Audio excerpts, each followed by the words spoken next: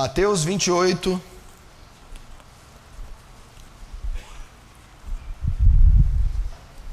no verso 18.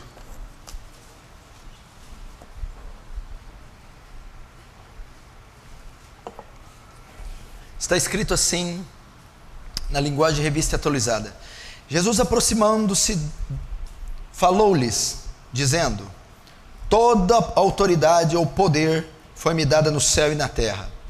Ide, portanto, fazei discípulos de todas as nações, batizando-os em nome do Pai e do Filho e do Espírito Santo, ensinando-os a guardar todas as coisas que vos tenho ordenado.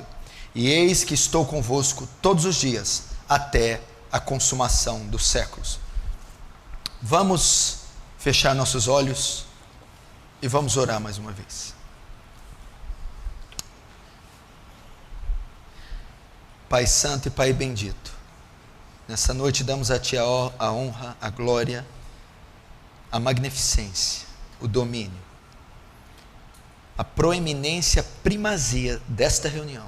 Que seja um culto cristocêntrico, que tudo que ocorrer aqui vise a Sua glória. Peço que Tu fales conosco pelo poder da Sua palavra, que o Espírito de sabedoria do Senhor esteja sobre nós, abrindo o nosso entendimento e o nosso coração para a Sua palavra. Derrama, Senhor, da Sua maravilhosa, da Sua abundante graça sobre nós, e faz-nos abundar no Seu amor, no Seu conhecimento, que o Seu temor se apodere desse local, que o Senhor seja exaltado, que o Seu reino avance, em o nome de Jesus, amém. Estamos fazendo aqui uma série de evangelismo. Depois nós tivemos algumas interrupções, e elas foram bem oportunas, e agora nós retornamos. Então, eu vou pregar aqui, e você fica atento no que tiver escrito ali, e você toma nota, você que trouxe papel e caneta. Nós vamos fazer uma espécie de um estudo hoje, ok? Presta atenção. A palavra evangelismo significa trazer as boas novas, instruir pessoas nas coisas concernentes à salvação, a grande comissão. O evangelismo é uma ordem de Jesus que é conhecido como grande comissão. Mateus 28, 18, 20, é o que eu li: é-me dado todo o poder no céu e na terra, portanto ide e fazei discípulos em meu nome. Aqui está a tarefa da grande comissão. Preste muita atenção.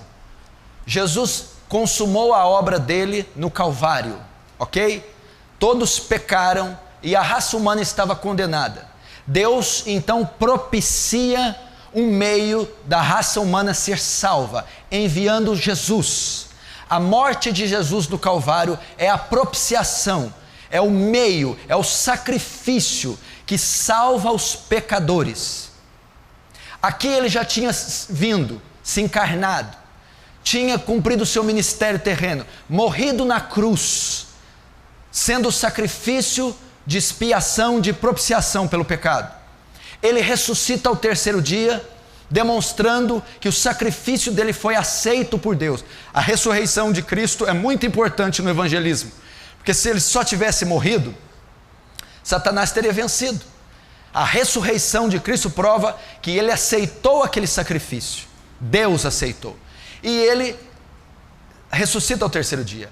Fica na terra, depois da ressurreição, 40 dias mais ou menos na terra. Ele ressuscita e não vai para o céu direto. Fica 40 dias aqui com o corpo glorificado. E aqui neste texto, ele já está subindo aos céus. Mas antes de subir aos céus, ele encontra os apóstolos, com exceção de Judas, que havia suicidado, e mais alguns homens, e mais 500 discípulos.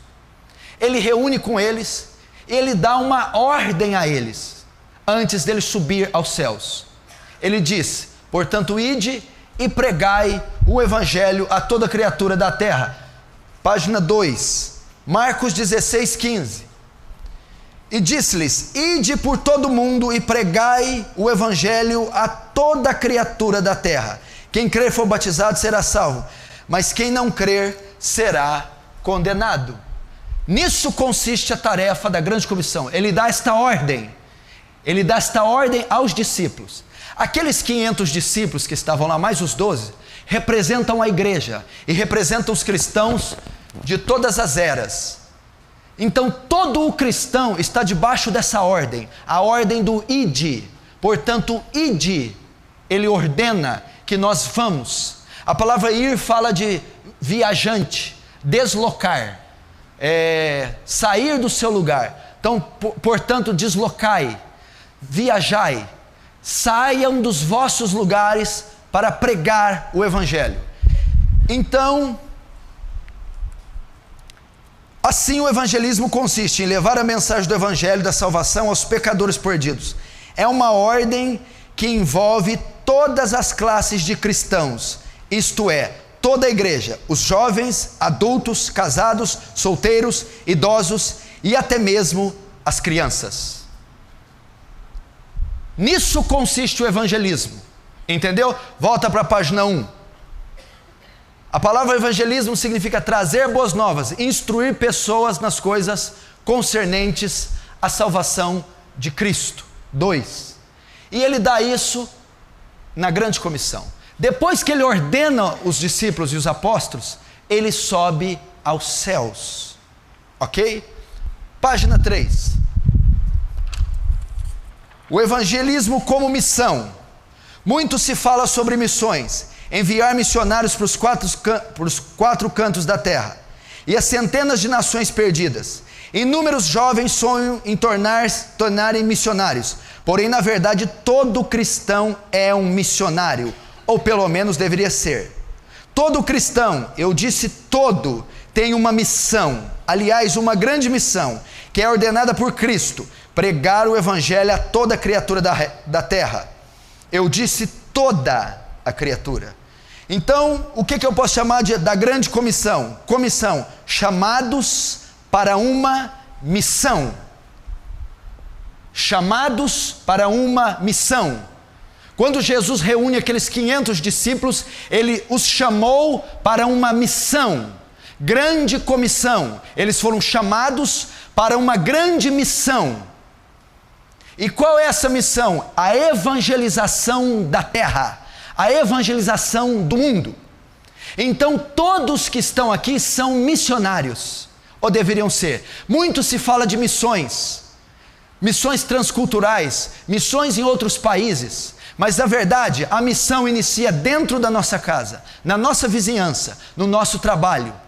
E qual é a nossa missão? Levar o aluno de escola, a tia, a mãe, o pai, o filho, o colega de trabalho, os perdidos em todo mundo, levar o evangelho a eles. Quando eu estou levando ao evangelho, eu me torno um missionário. Todos são missionários. Então a mensagem é para você. Você que está aqui precisa cumprir a tarefa da grande comissão. Por que ela é grande comissão? Por causa de duas coisas. Primeiro, ela é grande porque ela envolve a igreja toda. Toda a igreja está ordenada a evangelizar. Todo cristão converso está ordenado a evangelizar. Todo nascido de novo, todo membro de uma igreja bíblica cristã está debaixo dessa ordem. Ela é grande porque toda a igreja em todo o território mundial deve evangelizar. Ela é grande porque ela deve evangelizar toda a criatura da terra. Todos os seres humanos vivos têm que ouvir o evangelho. Devem ouvir o evangelho através da igreja. Então é uma grande ordem. Você precisa. Então quando Jesus morre e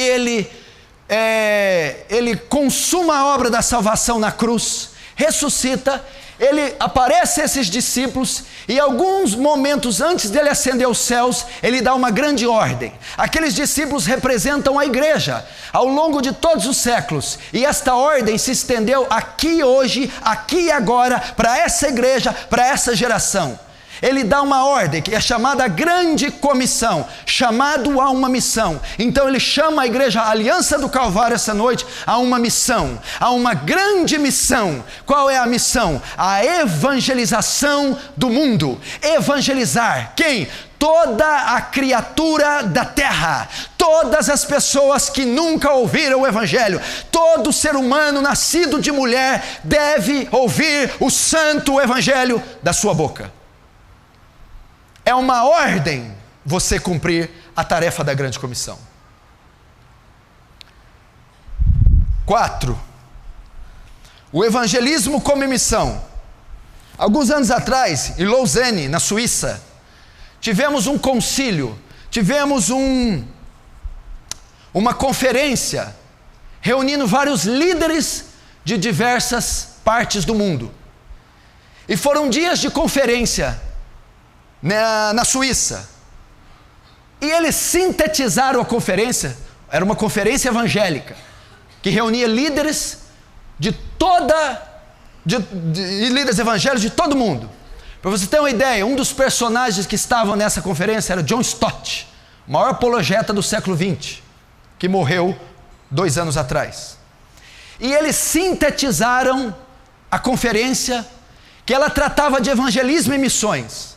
Eles estavam se reunindo, preocupados com a condição do mundo e com as missões e o evangelismo. Então, ao final dessa conferência, eles sintetizam, eles resumem a conferência assim: o propósito de Deus é o evangelho todo. O propósito de Deus é que se pregue todo o evangelho. Atos capítulo 20, quando Paulo vai se despedir de Éfeso, igreja que ele ficou 3 anos, ele diz: vocês são testemunhas que eu não deixei de anunciar a vocês de noite e de dia todo o conselho de Deus, toda a escritura, toda a palavra. O propósito de Deus é o evangelho todo, o evangelho numa forma completa, o evangelho sem que nós omitamos alguma parte, todo o evangelho. O propósito de Deus é o evangelho todo, por toda a igreja. O propósito de Deus é que toda a igreja pregue, que todo cristão anuncie, que todo nascido de novo pregue, que todas as classes de cristão, todas as idades, sexos, cores de cristãos na terra preguem o evangelho. Esse é o propósito de Deus, o evangelho na íntegra, não o evangelho prostituído, não o evangelho miserável. Hoje não se prega o evangelho todo, se prega parte do evangelho. Quando se prega parte do evangelho, não está se pregando o evangelho. Quando se fala só do amor de Deus, não se fala da ira de Deus, não é o evangelho. Quando se fala só da ira de Deus, não se fala do amor, não é o evangelho. Quando se fala só das promessas, só das bênçãos, e não se fala da cruz, do novo nascimento, não é o evangelho. Quando se omite a regeneração, o arrependimento, a fé, quando se omite a santificação, não é o evangelho. O propósito de Deus é que você que está sentado aqui saiba todo o evangelho na íntegra. E o propósito de Deus é que você ensine todo o evangelho. O propósito de Deus é que toda a igreja, não existem chamados evangélicos, chamados evangelísticos apenas. Todos são chamados para evangelizar. É lógico que a igreja ilustra os seus 5 dons. Na era primitiva: apóstolo, evangelista, doutor, mestre e pastor. Mas uma vez que o Espírito Santo foi derramado, todos estão debaixo dessa ordem. Se tem alguém sentado aqui que não se preocupa com evangelismo e missões, que não evangeliza, que não ora por pecadores, que não sai às ruas a pregar, que não intercede, jejua pela conversão de quaisquer ímpios que sejam, você está em pecado. O propósito de Deus é toda a igreja. É o evangelho todo, por toda a igreja, por todo o mundo. O propósito de Deus é que não evangelizemos uma só região. Muitos querem evangelizar só a família, outros querem evangelizar só atletas, outros só querem ir na janela 1040, nos países muçulmanos, na Ásia, no Oriente Médio. Não, o propósito de Deus é todo mundo, todas as culturas, todas as etnias, todos os povos, todos os municípios, vilarejos, aldeias, todo mundo tem que ser evangelizado, desde o Alasca nos esquimós, até nos países da África, no Sudão, desde a América do Sul, a ilha da Groenlândia, todo o mundo, toda a área geográfica, onde estiver um habitante, um homem, uma mulher, um jovem, uma criança ou um idoso. O propósito de Deus é que saiamos às searas. Jesus disse: Vede, vocês dizem que falta 6 meses para a ceifa, mas olhai e vede, os campos brancos estão, a seara está madura, em todos os territórios temos searas, temos trigo para colher, são as almas que estão aí perdidas, todas elas necessitam ouvir a salvação. O propósito de Deus é o mundo todo, e o propósito de Deus é a cada criatura, é por todo o evangelho todo, por toda a igreja, por todo mundo e a cada criatura. Não podemos fazer distinções de classes, não podemos fazer distinções de raças, não podemos fazer distinções de cores, de credos. Toda criatura deve ser evangelizada, todo ser humano deve ser evangelizado. Nós temos uma dificuldade, evangelizamos aqueles que temos empatia, não evangelizamos aqueles que temos uma antipatia. Eu tenho uma antipatia, um desamor com minha sogra, com meu cunhado, com aquele fulano que trabalhou comigo que é um sem vergonha. Isso não existe. É toda a criatura. Eu não dependo da minha empatia ou da simpatia, né, do outro para eu pregar. Ele disse: toda criatura da terra, todo ser humano. Um indigente que passar na frente da entrada da igreja, o açougueiro que te atende todo dia, o homem da caderneta do supermercado, a vizinha, o aposentado, o credor, o cobrador, o guarda, o vigia, todos que você tem contado, todos os seres humanos necessitam ouvir o evangelho. A Bíblia diz que Deus não faz acepção de pessoas, logo a igreja dele não pode fazer. Agora deixa eu te dizer algo. Olha para a repartição que você trabalha de emprego. Olha para ela. Repartição que você trabalha como funcionário, patrão, como gerente, olha para ela. Quanto tempo você trabalha? Olha com quantas pessoas você convive na rotina do trabalho diariamente, mensalmente. Olha onde você estuda. Olha as pessoas que você se comunica. Eu quero dizer, quantas dessas pessoas, alguns giram em torno de 10, 15, outros 200, 500, dependendo do seu ofício, ou a sua região, os seus vizinhos aos quais você tem um certo contato. Quantos são os que circulam a sua vida? Quantos? Quantos desses já foram evangelizados diretamente por você? Não é dar uma Bíblia, não é chamar para vir na igreja. Quantos foram diretamente evangelizados por você? A tarefa da grande comissão, a vontade de Deus, o propósito de Deus é que toda criatura seja evangelizada. O evangelho não é uma ordem de defesa, não é uma ordem ofensiva, é um ataque. Eu tenho que ir, eu tenho que me deslocar, eu tenho que desferir o ataque. Quantas dessas pessoas, desses alunos, professora, inspetores, diretores escolares, amigos de trabalho, amigos de matérias, de estudo, repartições, quantos foram por você evangelizados? Quantos foram por você intercedidos? Quantos deles você chorou, jejuou, orou, investiu, pregou, convidou e fez como o apóstolo Paulo: sofro dores de parto para Cristo ser gerado em vós? Quantos? Oswald Smith diz que, e o irmão André, que é um absurdo alguém na terra possuir 2 Bíblias quando existem milhares que não têm nenhuma. É um absurdo pessoas ouviram o evangelho mais de 2 vezes quando existem pessoas que não ouviram nenhuma. Nós ouvimos o evangelho, alguns aqui já ouviram mais de 50 mil vezes. Tem pessoas na terra que não ouviram nenhuma só vez. Nenhuma só vez. É inadmissível você estar plantado onde está plantado e não evangelizar. Você é o missionário do seu trabalho. Você foi enviado, Deus não te mandou embora do emprego quando você se converteu. Você continua estável no mesmo emprego, na mesma classe, na mesma turma, no mesmo lugar, porque é ali a sua missão. Você é um missionário da sua faculdade, você é um missionário do seu balcão, um missionário da sua loja, um missionário da sua vizinhança, um missionário da sua casa. E se o sal for insípido, o sal que está lá, esse missionário, não salgar, não dar sabor, não influenciar, será pisado. Ninguém esconde uma lamparina debaixo de uma mesa. Você está ali para brilhar sobre os homens, influenciá-los. Você está omitindo. Não é necessário sair às ruas, viajar, passar continentes. Não é necessário ficar buscando. Estamos rodeados de pecadores o dia todo. Você não pode prestar um serviço para alguém, enquanto presta, deixar de anunciar o evangelho para ele. Você não pode receber um serviço em casa, um eletricista vai na sua casa, desde que ele fique 1h30, ou passe 2 dias, você não pode deixá-lo ir embora sem anunciar o evangelho a ele.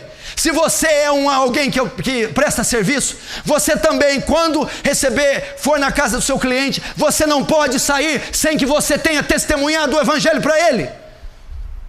Aliás, o seu trabalho, o perfil que Deus te deu, é um perfil típico para você evangelizar. A função que você faz, quer estudante, quer profissional, quer do lar, Deus plantou você, porque é dessa maneira, nesse meio, com esses recursos, que você vai evangelizar. Um funcionário não pode sair da sua empresa, se você é cristão, patrão, sem ter ouvido o evangelho de você, sem você ter gemido por ele. Você não pode. Você não pode sair de uma empresa sem que o seu patrão tenha ouvido o evangelho, sem que os seus amigos tenham ouvido o evangelho. Isso é um absurdo e é um dos crimes mais graves contra Deus, porque pode estar dependendo da salvação dessas pessoas, pode estar dependendo da nossa evangelização. Notou? É toda criatura, e nós estamos rodeados dessas criaturas todos os dias, o dia inteiro, todos os meses e todos os anos. Elas não se convertem porque elas não creram, elas não creem porque elas não ouvem porque nós não pregamos, não testemunhamos, não levamos ela a Cristo. A partir de hoje, você vai mudar, você vai fazer um projeto de evangelização, aonde você está plantado. Deus me envia, Deus te enviou na faculdade, Deus te enviou no balcão, Deus te enviou naquela escola, Deus te enviou naquele bairro, ali é a sua missão. Você é o Hudson Taylor do seu bairro, você é o William Carey da sua faculdade, você é o David Livingstone da sua escola. Evangelize, influencie, está cheio de pecadores. Quem são as almas? Os seus clientes. Quem são as almas? Os seus patrões. Quem são as almas? Os alunos. Quem são as almas? A escola. Os parentes. Você conhece esse versículo, eu já falei milhares de vezes. Se eu digo ao pecador que ele vai morrer, e tu sabendo disso não o adverte, ele morrerá pelo pecado dele, mas o sangue dele demandarei da sua mão, cobrarei da sua mão, naquele dia eu requererei da sua mão. O maior pecado nosso será chegar diante do trono de Deus e Deus dizer: milhares de almas foram para o inferno por causa da sua omissão, por causa da sua timidez, por causa da sua covardia, porque você investiu o seu dinheiro com futilidade, trivialidade, porque você gastou o seu tempo, o seu físico, se empanturrando de mundo e de vaidade, ao invés de se doar para a causa missionária. A visão de Deus é o mundo, por toda a igreja, por todo mundo, a cada criatura. A visão de Deus é o mundo. Quando Jesus disse, Atos 1 capítulo 8, ficar em Jerusalém, até que do alto sejais revestidos de poder, e recebereis poder, e ser-me-eis minhas testemunhas. Lembraram? Aonde que nós vamos testemunhar, Jesus? Jerusalém, cidade. Judeia, estado. Samaria, continente. Aos confins da terra, todo o globo terrestre. A visão de Deus é o mundo. Porque Deus amou o Brasil de tal maneira. Porque Deus amou a Ásia de tal maneira. Porque Deus amou São Paulo. É assim que está escrito? Não. Porque Deus amou a Europa. Porque Deus amou o mundo. Cosmos. Todas as nações, todos os continentes, todos os povos, todas as etnias, todas as raças tribais, todos os seres humanos, em todos os pedaços distintos da terra. A missão de Deus é o mundo inteiro. O campo missionário clama por obreiros. O campo missionário está morrendo à míngua. Falta candidatos às missões. Falta homens dispostos a morrer para esse mundo e viver para a evangelização. O século passado, 2 séculos, grandes missionários tivemos. Esses homens se foram. Onde estão os candidatos ao ministério? O mundo está perdido. 70 milhões de africanos não conhecem a Deus. 2 bilhões e 400 milhões de seres humanos na Terra nunca ouviram o Evangelho. Na França, existem 700 cidades que não possuem uma igreja evangélica sequer. 700 cidades na França. O propósito de Deus é ganhar o mundo, é salvar o mundo, é o mundo inteiro. Quem enviarei? Quem há de ir por mim? Temos nações inteiras morrendo no pecado. Você viu isso em alguma das nossas aulas? Você viu o índice, o crescimento dos muçulmanos, das seitas multimilionárias, das seitas neopentecostais? O mundo naufraga num caos. A visão de Deus é o mundo inteiro. E o método de Deus é a igreja. O propósito de Deus é o evangelho todo, por toda a igreja, por todo mundo, a cada criatura. A visão de Deus é o mundo, e o método de Deus é a igreja. Escute, você que está acomodado, com a sua roupa cara, com a sua geladeira lotada, com seus carros na garagem, com o seu conforto e estabilidade financeira. O método de Deus ganhar o mundo não são os anjos, não é Miguel, não é Gabriel, não são os serafins, não são os arcanjos, não são os querubins, não há outra entidade, não há outro método, não há outro povo. O método de Deus ganhar a terra é a igreja. É você, é o povo escolhido, eleito, salvo. É a igreja, coluna e baluarte da verdade. O método de Deus. Deus não tem métodos alternativos, não tem plano B. Deus não tem jeitinho brasileiro. Ele escolheu a igreja, Ele escolheu a mim e a você. O método para a evangelização do mundo é a igreja. E o tempo de Deus é agora. Qual é o tempo para pregar o evangelho todo? Para que toda a igreja pregue, por todo mundo, para toda criatura. A visão de Deus é o mundo, mas quando? O método de Deus é a igreja, mas quando? O tempo de Deus é agora.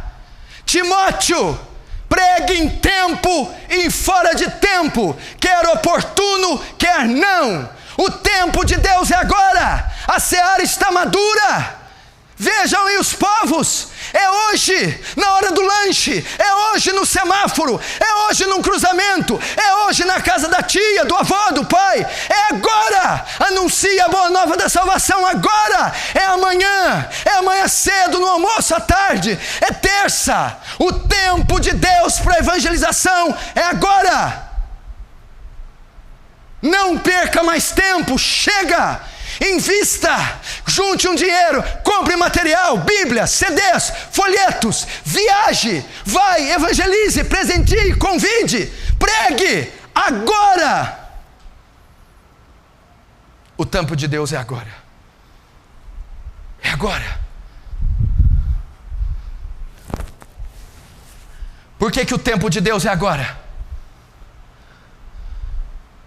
Porque Jesus se aproxima, a volta. Por que o tempo é de agora? Porque o mundo jaz no maligno. Por que o tempo é agora? Porque todos estão debaixo da ira de Deus, estão morrendo. Só a hora que eu comecei a pregar, já morreram centenas de milhares de pessoas em todo o mundo. E a maioria delas foi ao inferno sem o evangelho. O tempo de Deus é agora. Portanto, ide. É uma ordem imperativa, não pode ser recusada. A evangelização é imperativa, é hoje, é agora. Talvez o seu avô não passe dessa noite, seu vizinho, talvez o seu amigo vai fumar a última pedra de crack essa noite, sem ter ouvido o evangelho. Talvez a sua mãe e o seu pai, que estão empanturrando de cigarro e álcool uma hora dessa, podem ter um infarto essa noite. Talvez aquele amigo, vizinho, colega, mãe, pai, ou aquele que está em outro estado, região, país, não passe dessa madrugada. Pelo Skype, pelo e-mail, pelo celular, por carta, por avião, carro, ônibus, a pé, vá até eles e anuncie o precioso evangelho da graça e da glória de Deus. A visão de Deus é agora. é hoje. Olhai os campos e vede como brancos estão. Olhai para a seara, já está madura. Jesus está dizendo: vem aí os samaritanos. A visão de Deus é agora. 5. Veja algumas frases para mexer com você. Primeiro, John Wesley. Olha o que John Wesley disse: tua tarefa única na terra é essa: salvar almas. Quer saber qual é a sua tarefa? A sua única tarefa na terra: salvar almas. Segundo John Wesley, sua tarefa única na terra é essa: salvar almas. John Wesley. Deus tinha um único filho e fez dele um missionário, David Livingstone. Olhe como esses homens enxergavam o evangelismo. Veja esse: alguém orou assim: Deus, tem misericórdia dos perdidos. A resposta de Deus foi: já tive misericórdia, agora você precisa ter, evangelizando-os. Talvez você está dizendo: tem misericórdia dos perdidos, tem misericórdia dos africanos. Deus está dizendo: eu já tive misericórdia deles enviando meu filho, agora tenha misericórdia você indo pregar para eles. Sua única tarefa na terra: salvar almas. Deus tinha só um filho, disse David Livingstone, e fez dele um missionário. Jesus foi um grande missionário. Jesus pregou a povos. Jesus teve uma vida missionária e entregou cada fibra, cada partícula dele às missões. Você está se preocupado com evangelismo e missões? Eu vou dizer algo para você, olhe para mim. Quando você começa a fazer a cara que você está fazendo por eu estar pregando, e já se ficar, desculpar, ou se julgar, você está sendo egoísta. Isso é egoísmo. Ele não dá uma tarefa para quem não tem condição de fazer. Ao invés de você reclamar, olhar para a sua incapacidade, olhar: eu não posso, eu sou fraco, eu estou em pecado, eu não sei, eu não tenho direito, eu sou burro, analfabeto. Isso nada mais é do que egoísmo. Porque Ele só quer que nós nos disponhamos. Disponha-te. Faça como John Wesley: acordo pela manhã, bato continência para o capitão da minha salvação e lhe pergunto: quais são as suas ordens para hoje? Faça isso. Diga como Isaías, quando Deus vem: a quem enviarei? Quem há de ir por mim? Isaías dá um passo à frente: eis-me aqui, envia-me a mim, eis-me aqui. É muito egoísmo da nossa parte, até quando nos julgamos. Página 6. O evangelismo como missão. Quem não ama missões transculturais deve começar a duvidar de sua salvação, pois é o diabo que odeia o término da tarefa da evangelização mundial, pois isso significa o fim de sua obra na terra. David Bottel.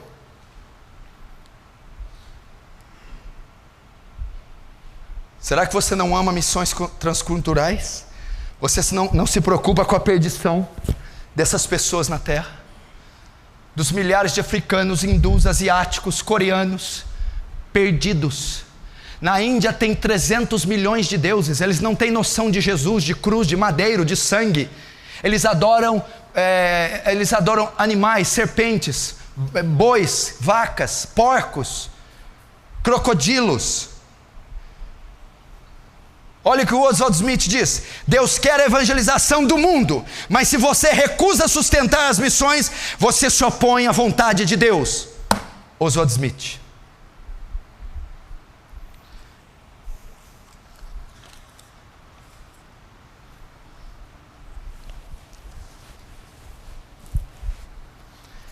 Essa é a tarefa da grande comissão.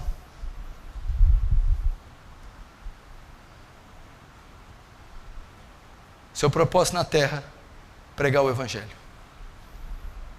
Quanto você doou para missões esse ano?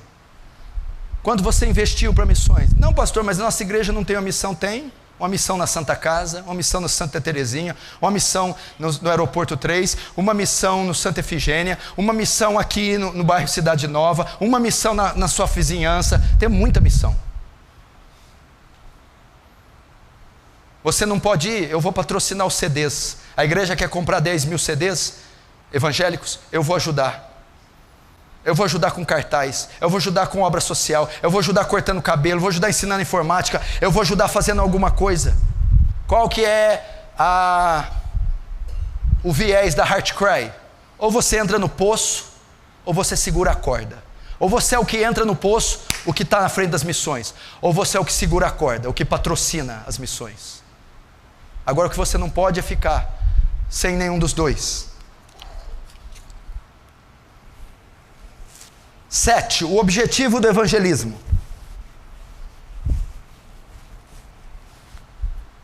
Marcos 1, verso 14 e 15. Ok? Então, nisso consiste a tarefa da grande comissão.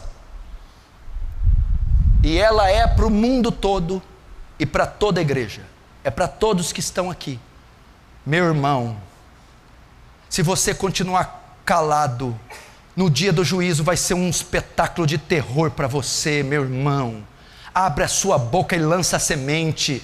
Lança a semente nesse mundo caído. Abra a tua boca como um arauto, como um profeta. Joel capítulo 2: tocai a trombeta em Sião, perturbem-se todos os moradores da terra, testemunhe do evangelho para essa geração perdida. Senhoras, não se desculpem da idade. Adolescentes, não se desculpem da situação financeira. Adultos, casados, não se desculpem pelo seu lar. Preguem o evangelho. Qual que é o objetivo do evangelismo? O propósito do evangelismo, o ide. No que consiste? Vamos ver. Marcos 1,14. Veio Jesus para Galiléia pregando o evangelho do reino e dizendo, olha o que estava dentro da mensagem de Jesus: o tempo está cumprido e o reino de Deus está próximo. Arrependei-vos e crede no evangelho. Foi o que Jesus anunciou. Olha lá, o evangelismo consiste em levar os pecadores ao arrependimento e à fé, como está descrito no texto acima. Sua primeira mensagem, após 30 anos, foi: arrependei-vos e credes no evangelho. Jesus estava trazendo à consciência dos homens seu estado de perdição e condenação, chamando-os a se arrepender e crer na mensagem do reino de Deus. Só assim eles poderão se salvar. Olhe para mim. Jesus ficou 30 anos oculto, a não ser a parte que os evangelhos quiseram relatar, com 12 anos ele ensinando os doutores no templo. Mas os 30 anos de Jesus foram ocultos. Nasceu de uma virgem como um bebê. No 30º ano ele inicia o seu ministério. Jesus ficou por 30 anos calado, 30 anos quieto, 30 anos Jesus não falou nada. 30 anos depois, quando ele inicia o ministério, ele vai pregar o seu primeiro sermão, a sua primeira mensagem evangelística. Qual era a sua primeira mensagem depois de 30 anos calado? Arrependei-vos e credes no evangelho. O evangelismo consiste, aprenda, é um estudo, é uma lição, em levar os pecadores ao arrependimento e à fé. Nisso consiste o evangelismo. Levar os pecadores ao arrependimento e à fé. É isso. A primeira mensagem de Jesus não foi: deixa eu entrar no seu coração, por favor. A primeira mensagem de Jesus não foi: eu vou te dar uma casa, um carro. Não foi esse o método de evangelismo de Jesus. Jesus podia dizer: o reino de Deus está próximo, o tempo está cumprido. Quem quer abrir o coração para eu entrar? O reino de Deus está próximo, o tempo está cumprido. O tempo está cumprido, o reino de Deus está próximo. Quem quer uma casa? Quem quer cura? Foi essa a mensagem? O tempo de Deus está cumprido e o reino de Deus está próximo. Arrependei-vos e credes no evangelho. Foi esse o método de Jesus. Evangelismo consiste em ir às ruas, às famílias, às escolas, às nações e levar os pecadores ao arrependimento e à fé, ao arrependimento e à fé, à fé e ao arrependimento. No evangelismo consiste nisso. Quando você sair para evangelizar, seja uma pessoa, seja uma multidão, você tem que ter em mente que o propósito do evangelismo é levar os pecadores a se arrepender dos seus pecados e crerem em Jesus. Evangelismo consiste em arrependimento e fé. arrependimento e fé. Agora você entende por que está cheio de bode na igreja? Como é que você pega um pecador depravado e fala assim, ó, Jesus te ama, Ele tem um plano maravilhoso para a sua vida, vem para a igreja que você vai ficar bem. Esse tipo de mensagem leva o pecador ao arrependimento e à fé? O propósito do evangelismo é levar eles ao arrependimento e à fé. Pensa num pecador aí, numa tantada. Se você chegar para ele, Deus vai te dar uma vida melhor, Deus vai curar você, Jesus te ama, olha, eu tenho um projeto maravilhoso para a sua vida. É esse o seu evangelismo, a maioria, né? Esse tipo de evangelismo vai levar o pecador ao arrependimento e à fé? Agora você está vendo que está cheio de bode na igreja? Porque eles foram evangelizados desse jeito. Vem, Jesus tem um plano para você, está doendo, vem que Ele cura, está endividado, vem que Ele paga, está sozinho, vem que Ele te dá uma pessoa. Então a pessoa vem atraída por isso, e ela nunca nasceu de novo, ela nunca creu, porque ela nunca ouviu o verdadeiro evangelho, ela não foi levada à fé ao arrependimento, porque esse tipo de mensagem não leva ninguém a fazer uma reflexão da vida, não leva ninguém a nascer de novo. 8. O estado da humanidade. Jesus exigiu isso por conta do estado em que os homens se encontram. O estado em que o homem se encontra. Vejamos isso. Romanos 3:23. Porque todos pecaram e destituídos ou carecem da glória de Deus. O termo afirma, ao dizer todos, aspas, que toda a raça humana está contaminada com o pecado. E destituídos da glória de Deus estão, isto é, separados estão da glória de Deus, estão cortados do vínculo direto com Deus e sua santa presença. Presta atenção, por que Jesus disse isso? Por que a primeira mensagem de Jesus foi arrependei-vos e credes? Por que no evangelismo eu tenho que levar os pecadores ao arrependimento e à fé? Por que a ordem da grande comissão é levar os pecadores ao arrependimento dos pecados e à fé em Cristo? Por que Ele ordenou? Por que o sermão nosso tem que consistir nisso? Por causa do estado do homem. Por causa do estado do homem. Porque todos pecaram e destituídos, separados de Deus estão, condenados estão, arruinados, todos pecaram. O texto afirma dizer todos, toda a raça humana está contaminada com o pecado. Página 9. Eles estão debaixo da ira de Deus. Olha o estado do homem. Romanos 1,18. Porque do céu se manifesta a ira de Deus sobre toda a impiedade e injustiça dos homens.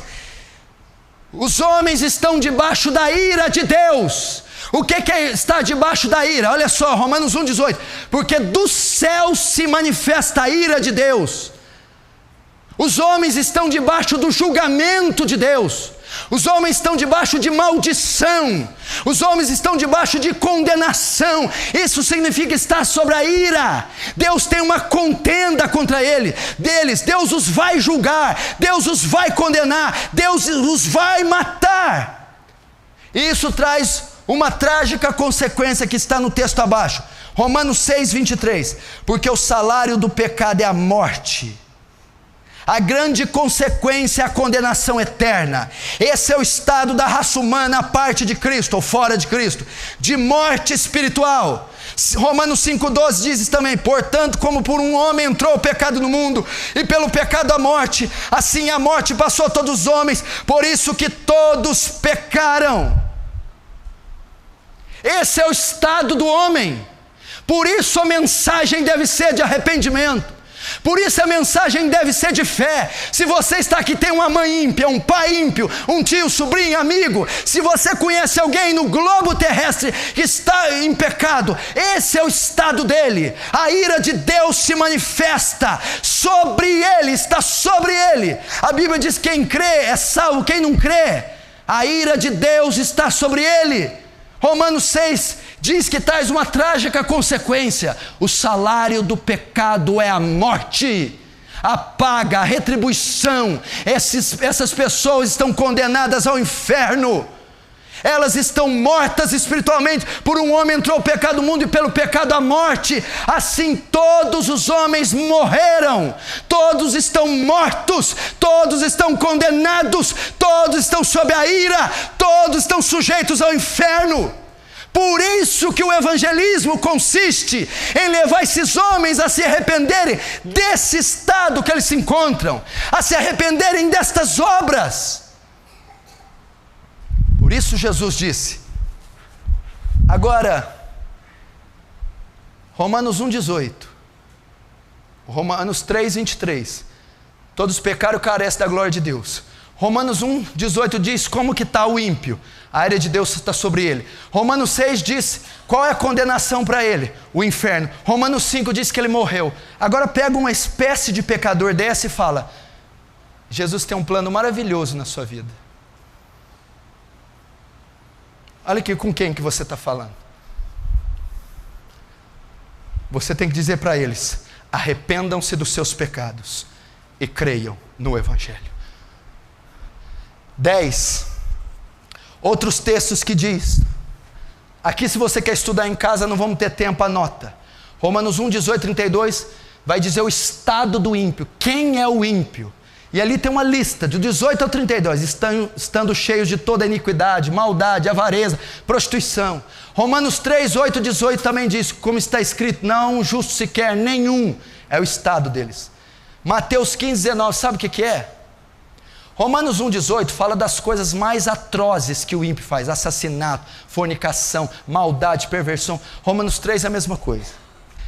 Mateus 15 é para aquele que diz: pastor, mas eu não mato, eu não estupro ninguém, eu não degolo ninguém, eu não aciono bomba atômica. Mas todo pecador tem isso no coração.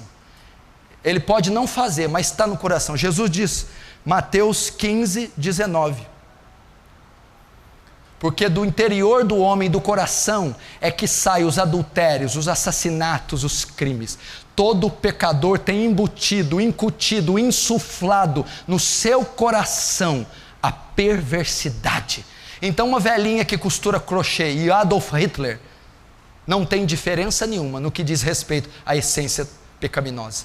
Tanto Hitler como a velhinha sem Jesus vão para o mesmo inferno.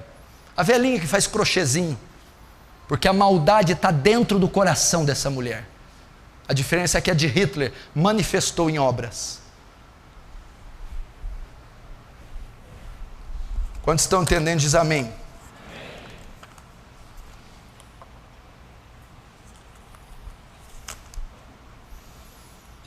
11.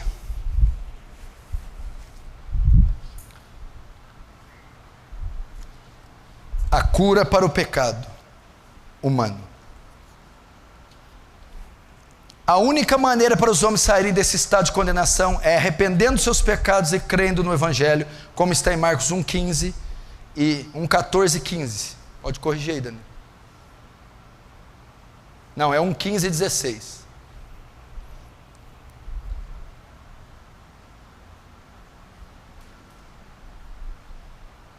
Amém?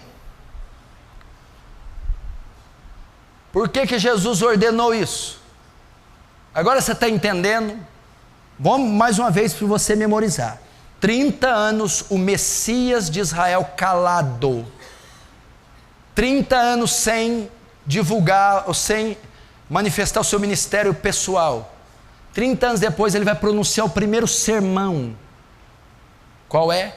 Arrependei-vos e credes no Evangelho. Toda vez que você sai com um folheto na rua, uma Bíblia na mão, um CD, toda vez que você fazer uma visita para um pai amigo ou para um povo e for evangelizar, você tem que ter em mente uma coisa: eu devo levá-los ao arrependimento e à fé. Tudo que eu for falar tem que levar eles a arrepender-se e crerem, a arrepender-se e crerem. O evangelismo consiste nisso. Então, quando você preparar seu esboço, seu sermão, qualquer coisa que seja, tem que ser algo que vai levar essas pessoas a se arrependerem e crerem. A cura para o pecado humano. A única maneira para os homens saírem desse estado de condenação é se arrependendo dos pecados e crendo em Jesus Cristo. Por que o pecador deve se arrepender e crer? Por quê? Por que ele precisa se arrepender ou crer? Já parou para pensar por que ele é arrependendo e crendo que ele vai? Não tem outra maneira. Tem gente que acha que para ir para o céu acender vela, rezar missa, fazer um sacrifício, uma procissão, o karma, a peregrinação para Meca, o nirvana, e a pilha de êxtase, o santo daime, para tentar ser salvos. O evangelho diz que nada disso, nenhuma obra pode salvar, nenhuma prática externa, nada, só o arrependimento e a fé. Por que o arrependimento e a fé salva? Número 12, fé, Efésios 2:8, porque pela graça sois salvos, por meio da fé, isto não vem de vós, é dom de Deus. Romanos 5:1, justificados pois pela fé, temos paz para com Deus, por nosso Senhor Jesus Cristo.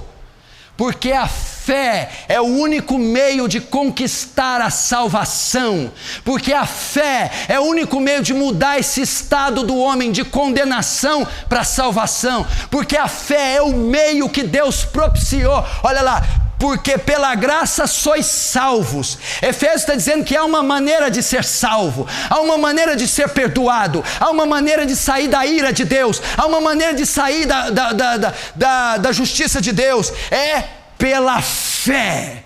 Pela graça sois salvos. Graça, dádiva de Deus, do original grego charis, graça, presente de Deus. Como eu recebo esse presente? O perdão do pecado, a remissão, a salvação. Como eu recebo? Por meio da fé. Por isso que os pecadores têm que ser levados à fé, porque só a fé, não uma vela, uma procissão, não uma cura, uma cesta básica, uma teologia da prosperidade, só a fé pode salvar os pecadores. E Romanos 5 diz, justificados pois pela fé. O que é justificado? Todo pecador é injusto, todo pecador é ímpio, todo pecador pratica a injustiça, todo pecador é iníquo. O pecador só pode ir para o céu se ele se tornar justo. Como o pecador se torna justo? Justificado, pois, pela fé. Quando o pecador crê, quando o injusto crê, ele se torna justo diante de Deus. Por isso que o evangelismo deve levar. Se você prega, evangeliza, e ele não é levado à fé, ele nunca vai ser salvo, porque só a fé te dá a graça, salvação. Só a fé te justifica dos pecados. Talvez se você está aqui e nunca creu, você nunca foi justificado. Talvez você está aqui e nunca creu, você nunca recebeu a graça, a salvação. E por que você nunca creu? Talvez você nunca ouviu o evangelho verdadeiro que pode produzir fé no seu coração. A palavra vem do grego pistos, que quer dizer que crê, que confia, confiança. É só quando o ímpio, iníquo, condenado, sujo, deposita a confiança dele em Cristo, deposita a fé dele na cruz, deposita a fé dele no evangelho, é que ele é salvo. É quando ele crê, porque no momento que ele crê, ele se torna justo. É simples de mostrar isso. Aqui está a sua cédula. Os seus pecados são como crimes. Tem 8.000 crimes de assassinato. Você acha que alguém deixa de ser preso ou ser morto que matou 8 pessoas? Pecados são como crimes. Aqui está a ficha do pecado. Essa está aqui escrito, ó. Paulo Carlos da Silva Júnior, meu nome.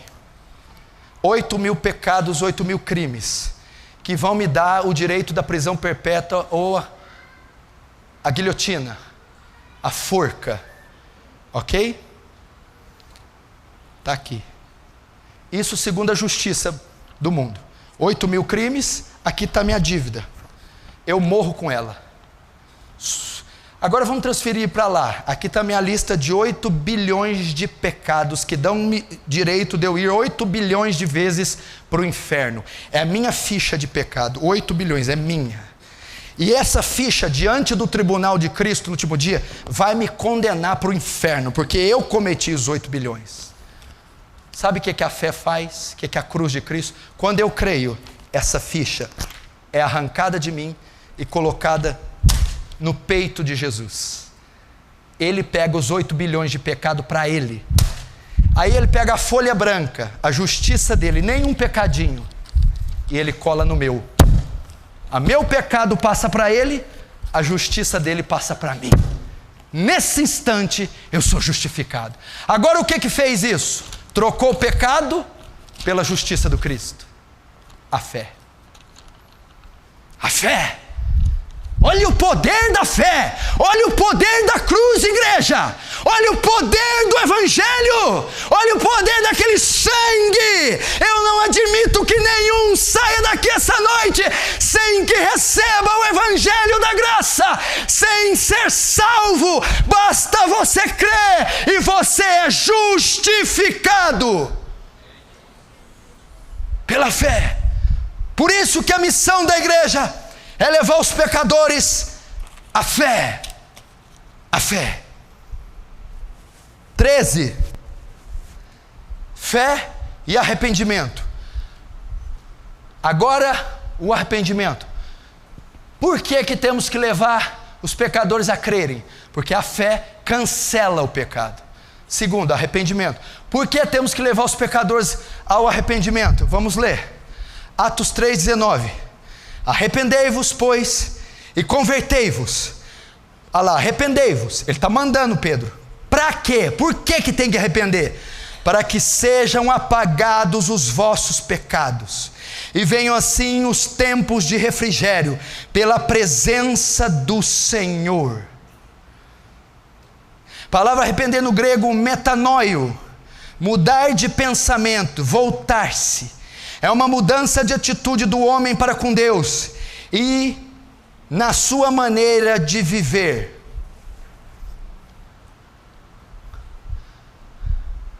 Presta atenção.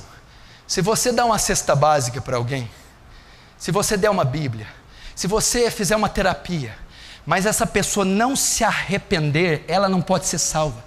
E apareceu João Batista no deserto da Judéia pregando o arrependimento. E ele disse: produzis frutos dignos de arrependimento. Nicodemos, se alguém não nascer da água e do Espírito, não pode ver o reino dos céus. Entre outras palavras, Jesus estava dizendo: Nicodemos, ninguém pode herdar o reino dos céus se não arrepender-se. Por que eu preciso levar? Então, uma cesta básica, um cafezinho, uma visita, falar que Deus ama, falar que tem uma vida melhor, não vai levar aqueles seres de romano, corruptos, ao arrependimento. Por que tem que levar ao arrependimento? Porque olha lá, arrependei-vos, pois, e convertei-vos. Por que, Pedro? Porque uma vez que vocês se arrependem, os seus pecados são apagados, e venham tempos de refrigério pela presença do Senhor. Meu irmão, para que os seus pecados sejam apagados, para que os pecados do seu vizinho, para que os pecados da sua mãe, tia, amiga, dos africanos, hindu e americanos sejam apagados, eles têm que se arrependerem. O arrependimento produz o perdão de Deus. O arrependimento produz o apagar dos pecados. Ele diz, Isaías: dos seus pecados eu não me lembrarei mais.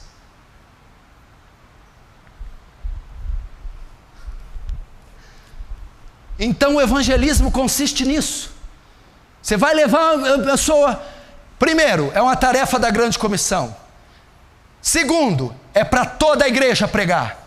Terceiro, é para pregar em todo mundo. Quarto, para qualquer pessoa e criatura. Quinto, o tempo é agora. No que consiste o evangelismo? Levar os pecadores ao arrependimento e à fé. O primeiro sermão de Jesus. Portanto, o tempo está cumprido, o reino de Deus está próximo. Arrependei-vos e credes.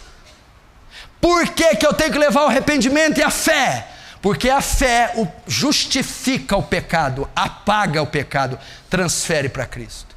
Por que eu tenho que arrepender? Porque quando eu me arrependo, meus pecados são cancelados. Se você prega para uma pessoa, prega e não percebe que ela está mudando, que está se arrependendo, ela não se converteu, ela não se converte.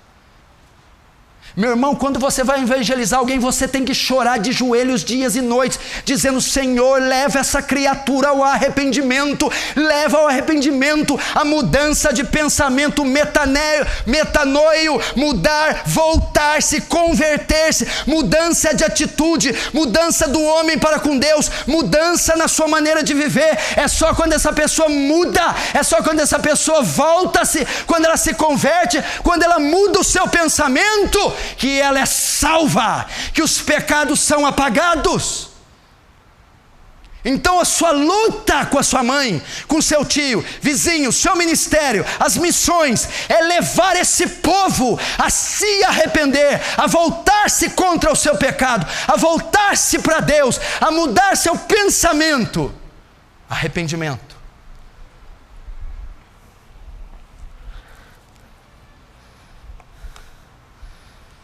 14. Porém, como os pecadores são levados ao arrependimento e à fé? Como eles se arrependem? Como eles creem? O que pode produzir arrependimento e fé em seus corações? Tais questões são de extrema importância, pois Jesus, em seus primeiros sermões pregados, chamou os pecadores ao arrependimento e à fé, mostrando que sem isso não poderiam ser salvos. Ok? Você está vendo a sequência que nós estamos fazendo, né? Você está vendo?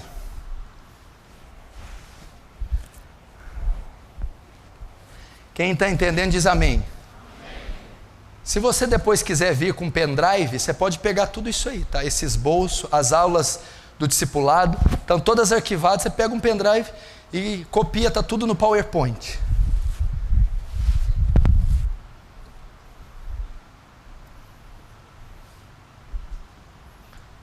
Entendeu? Tarefa da grande comissão, obrigação da igreja, toda a igreja, para todo mundo, agora. Evangelismo é levar a mensagem de Cristo às pessoas. É uma grande comissão. Jesus deu uma ordem para a igreja, primeiro os 500, e se estende para toda a igreja de todas as eras, para nós. Você está debaixo dessa ordem. O que consiste o evangelismo? Levar pecadores ao arrependimento e à fé. Por que levá-los ao arrependimento e à fé? Por causa do estado de depravação que eles se encontram e de julgamento.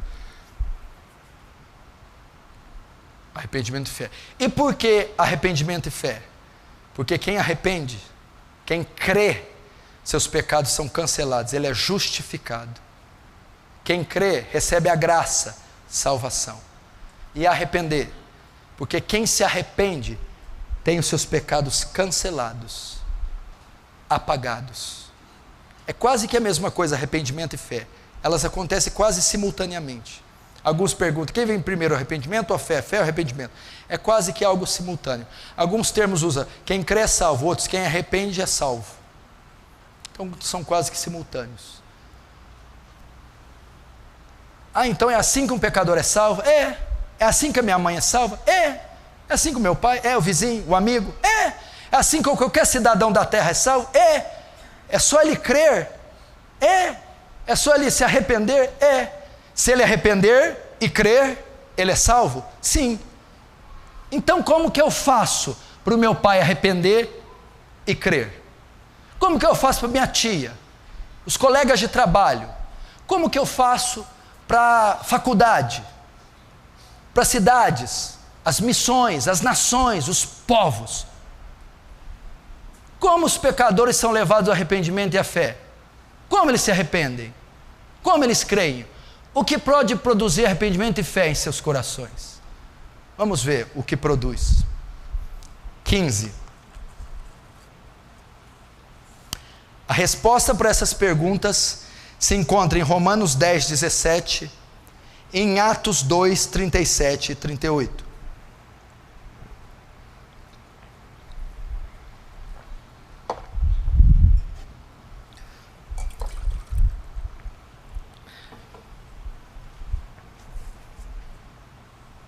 16. Romanos 10, 17. De sorte que a fé é, ok? A fé vem, a fé é produzida no coração de alguém pelo ouvir, e o ouvir pela palavra de Deus. A passagem acima fala, de sorte que a fé vem pelo ouvir e ouvir da palavra de Deus, ou seja, ouvir do evangelho. Assim, quando o pecador ouve o evangelho, ouve a pregação da santa palavra, ele pode crer, e se ele crer, ele será salvo, como Efésios 2:8. Pela graça sois salvos por meio da fé. Quem crer, segundo Efésios, é salvo. Romanos 10:17 diz: o que produz fé no coração de um pecador? Como a minha mãe, ela crê. Como que um africano crê? Quando ele ouve o evangelho. Assim, quando o pecador ouve o evangelho, ouve a pregação, ele crê.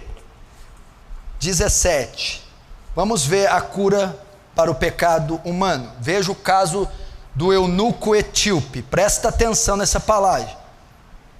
E correndo Filipe, ouviu que lia o profeta Isaías. O eunuco lia o profeta Isaías. Filipe disse: entendes tu o que lês? O eunuco responde: como poderei entender se alguém não me ensinar? Então Filipe, abrindo a sua boca e começando nessa escritura, lhe anunciou a Jesus. E indo eles caminhando, chegaram ao pé de alguma água. E disse o eunuco, presta atenção, e disse o eunuco: eis aqui a água, quem impede que eu seja batizado? Então disse Filipe: é lícito, você pode se batizar, se crês de todo o coração. Então respondendo ele disse: creio que Jesus Cristo é o Filho de Deus. E mandou parar o carro e desceram ambos a água, tanto Filipe como o eunuco, e o batizou. É o batismo mais rápido que a Bíblia menciona. É o evangelismo mais rápido que eu já vi. Estava numa carruagem conversando com ele, leu o profeta Isaías, pregou. O eunuco se batizou imediatamente depois. A fé, meu irmão, o que produz fé? A pregação do evangelho. Notem, o eunuco estava sentado no carro e ia adorar todo o tempo ali em Jerusalém. E quando ele volta da adoração, ele está lendo o profeta Isaías. Filipe vai na carruagem dele e pergunta: você está entendendo o que você está lendo? O eunuco diz: eu não entendo. Como é que eu posso entender se alguém não falar para mim? Como é que eu posso crer se eu não ouvir? O eunuco dizia: entendeu? O que salva não é a fé, Filipe? É. O que justifica não é a fé? É. Eu quero crer. Quer? E como eu vou crer se eu não ouvir? Porque a fé vem pelo ouvir. Então Filipe, começando dali de Isaías, expôs para ele o Cristo, pregou o evangelho. Quando Filipe prega o evangelho, a pessoa pode crer. Será que o eunuco creu? Quando ele viu uma água, disse: ali, pode me batizar. Filipe devolve: olha, se a pregação que eu disse produziu fé em você, você pode se batizar. Se o que eu falei gerou fé, você é salvo. É lícito se crer de todo o coração. Você crê?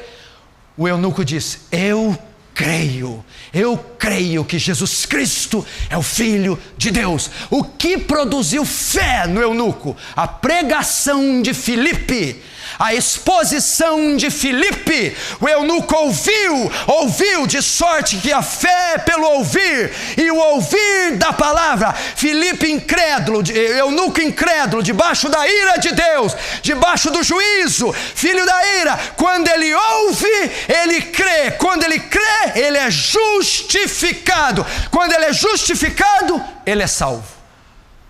É lícito se crer de todo o coração. Eu creio. Parou ali, desceram os dois à água, o eunuco se batizou.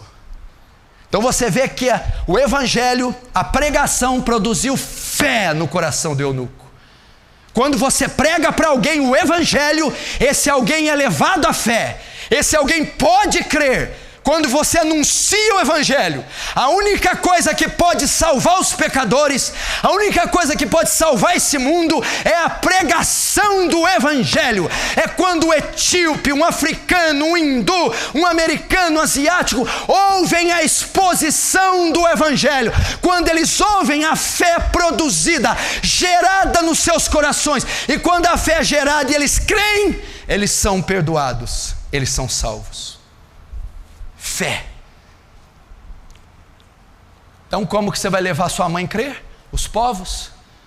Quando você prega o Evangelho.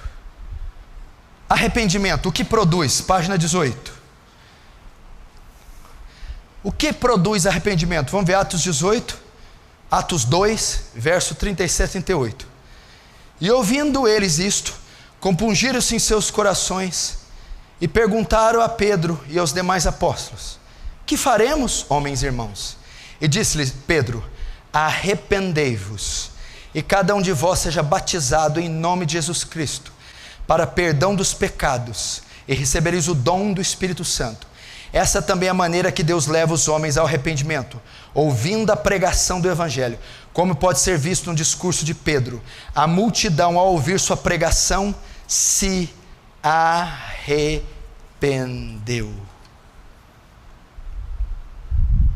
Qual a única coisa que salva? Arrependimento e fé.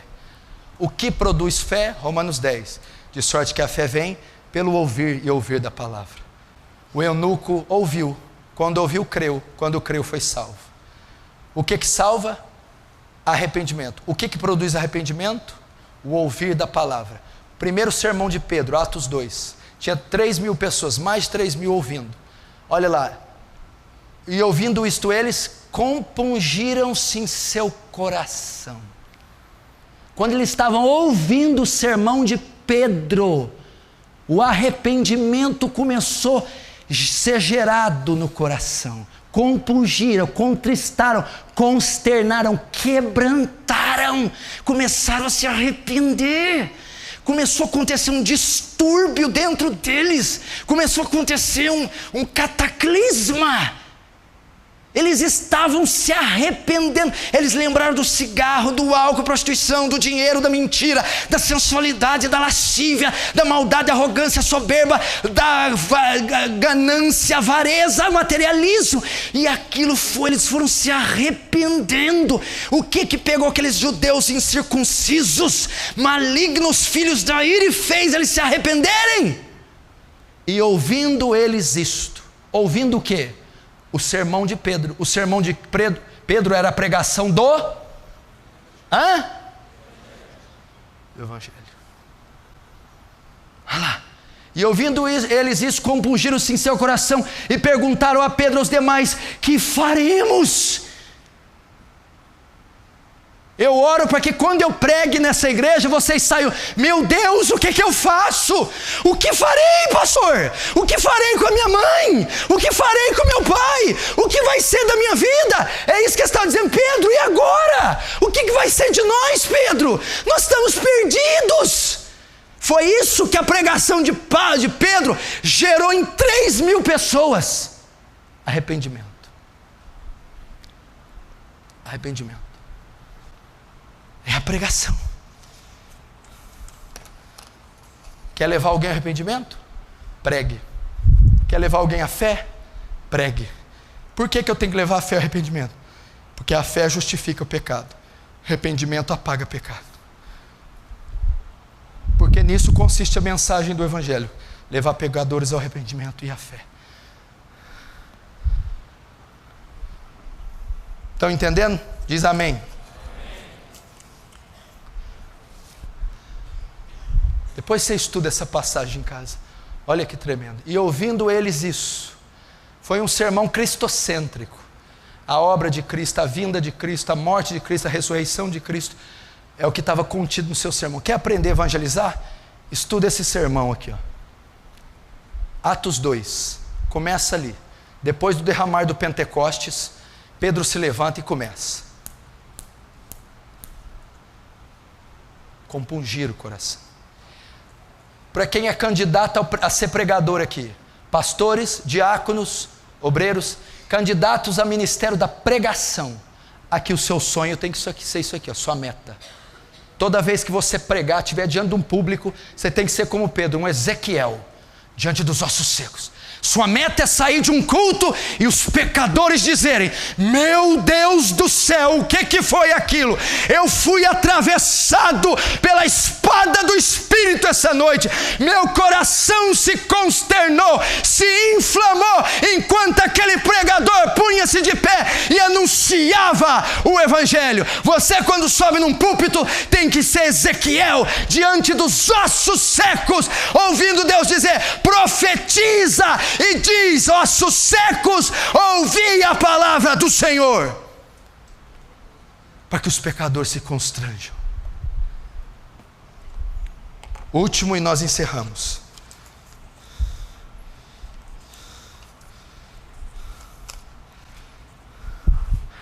Portanto, a maneira que Deus leva o pecador ao arrependimento é a fé. Aquilo que produz arrependimento.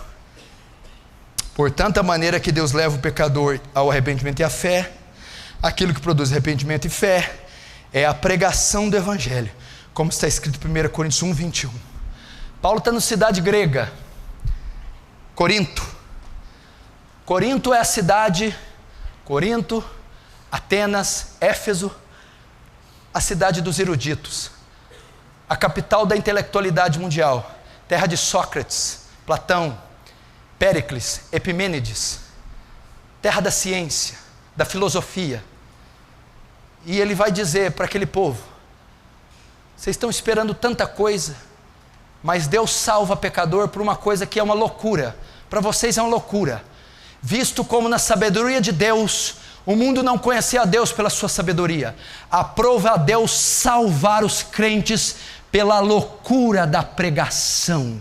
É a pregação do Evangelho que salva, é a pregação do Evangelho que leva à fé, é a pregação do Evangelho que leva ao arrependimento, é a exposição do Evangelho, é a loucura da pregação. Que tenhamos loucos em nosso meio, para a partir de amanhã começar a incendiar essa cidade, loucos pregando as boas novas nos 4 cantos dessa terra, loucos subindo em caixotes, em tijolos, e anunciando a salvação que vem de Sião. Aprove a Deus salvar a humanidade pela loucura da pregação. A pregação que leva ao arrependimento, a pregação que leva à fé, a pregação do Evangelho. A pregação.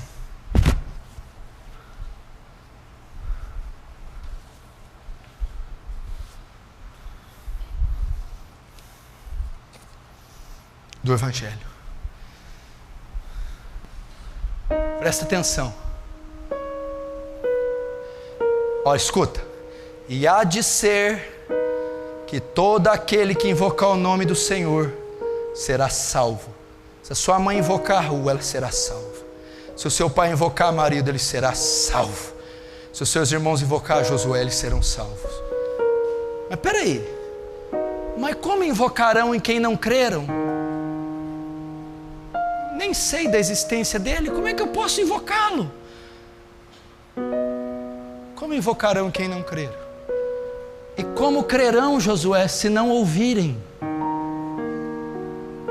E como ouvirão, Cláudio, se nós não pregarmos? Entendeu? E como pregaremos se nós não formos até eles? Quão formosos são os pés daqueles que anunciam boas novas. Primeiro, você tem que ir.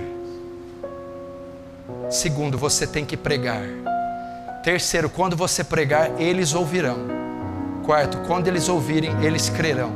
Quinto, quando eles crerem, eles invocarão. Sexto, quando eles invocarem, Deus terá misericórdia deles. Deus terá misericórdia da sua mãe, Deus terá misericórdia do seu pai, Deus terá misericórdia dos seus vizinhos. E todo que invocar o nome do Senhor será salvo. Eles hão de invocar. Deus há de ter misericórdia desses senhores, desses velhos, dessas famílias perdidas, desses povos. Portanto, ide e pregai a toda criatura da terra. Pregue o Evangelho, pregue o Evangelho, pregue o Evangelho, pregue. Talvez o seu pai está esperando ouvir, para ele invocar, para ele crer, para ele ser salvo. Pregue. O último 20. Já vimos o que salva um pecador, o Senhor Jesus Cristo que salva, através do arrependimento e da fé. Este se manifesta quando ele ouve a pregação do Evangelho. Porém, no que consiste a mensagem do Evangelho? Qual o seu conteúdo, o seu teor? O que significa o Evangelho? Isso vai ficar para o próximo domingo. Você aprendeu tudo. Agora, o que é pregar o Evangelho? O que é a notícia do Evangelho? É onde a maioria está falhando. Jesus te ama. Ele tem um plano maravilhoso. Ele vai curar você. Ele vai te dar uma casa. É assim que eles pregam. Será que essa é a mensagem? Nós vamos estudar semana que vem o que consiste a mensagem, o que é o Evangelho, o que você tem que pregar para o pecador. É falar que Jesus ama, é falar que vai dar um carro, é falar que cura, é só convidar para um culto. Porque a fé vem pelo ouvir, mas não é ouvir o Valdemiro Santiago, não é ouvir esses programas imundos. Eles não pregam o Evangelho. Fala para mim qual a última vez que você ouviu esses homens falar da cruz, da morte e ressurreição de Jesus. Eles só ensinam bênção, prosperidade e cura. Bênção, prosperidade e cura. Isso não é a mensagem do Evangelho. Então essas igrejas estão cheias de ímpios, bodes se passando por ovelhas. Porque o que leva a fé ao arrependimento é só a mensagem do Evangelho. Se eu ouço que Deus me dá uma casa, que cura meu caroço, que prospera a minha vida, não é a mensagem do Evangelho. Se eu não ouço a mensagem do Evangelho, eu não criei, nem me arrependi. Se eu não criei, não me arrependi, eu estou dentro de uma igreja sem ser salvo. Semana que vem vamos estudar. Se você quer, depois pegue um pendrive, passe aqui durante a semana, hoje ou no final das reuniões, e copie para você.